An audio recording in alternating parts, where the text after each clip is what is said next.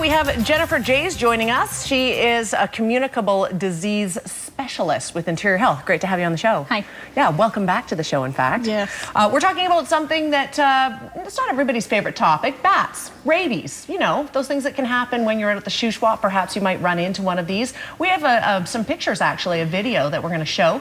I know when people go camping, sometimes you see birds flying by at night. It's probably bats. Probably bats, but you don't think it is. You might just think, oh, look at that cute bird flying by us. How often do they show up around the shoe swap and camping areas? Well, I think bats are pretty common all throughout Interior Health. There are a number of different species in BC, but while I find bats fascinating. And do you? Absolutely. Oh, good. Good for you. And they're extremely valuable to the environment and the ecosystem, but there's a small proportion of them that might carry, oh boy, might carry the rabies virus, which has some severe consequences. Mm-hmm. So because of that, we do want people to be aware of the potential for interactions and try and avoid contact. So last year, 32 people in Interior Health were treated for potential exposure to rabies. So it's out there. It's potentially there. Yeah, we take every bat contact seriously, just to assess to see if there is the possibility for an exposure to the rabies virus. Okay. And then we'll treat if it's appropriate.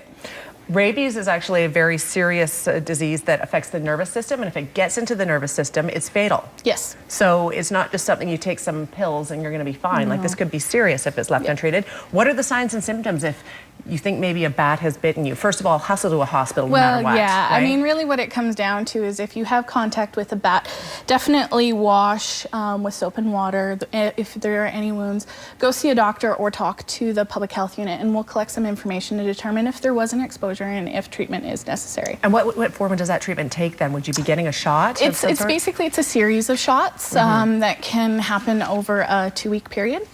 A series of shots? Yeah. Okay. Other tips for people that you can share with families? Do they show up? Like, where are they most likely to show up? You see them fly by at the campfire, you think nothing of it. But will they fly into a trailer? Will they fly into a cabin? People do find them in their houses. They can be, sometimes they'll start roosting in poorly sealed houses. Yeah. They roost. Or cabins. And so in those situations, there are steps that can be taken. The best time to make sure that your house is bat proof, so to speak, is kind of in the fall after they've left for hibernation, when they're not roosting. They are a protected species. So really what it comes down to is being aware of where you might see them out and about in a cabin. There's even been people who have found them in their closed umbrellas, patio umbrellas.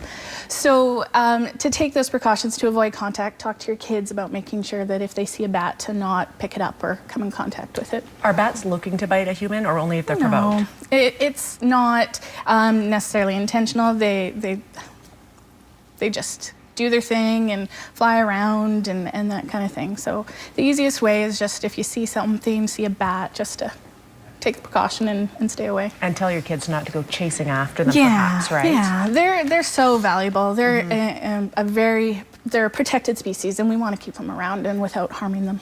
Where's the greatest concentration that we see them in our region?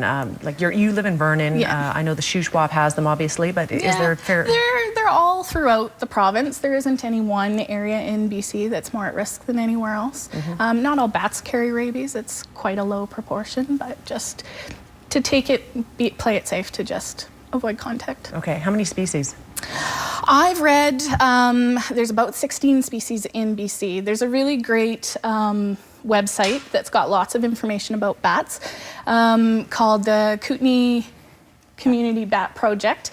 There is a second website as well that's a more, I think, international one, Bat Conservation International. Lots of tips about if you have bats in your property or home, and how to go about making sure that you can coexist with bats safely. Absolutely. It's about us being in their space, and we need to appreciate that. So good to be educated and be aware of it when you're out camping.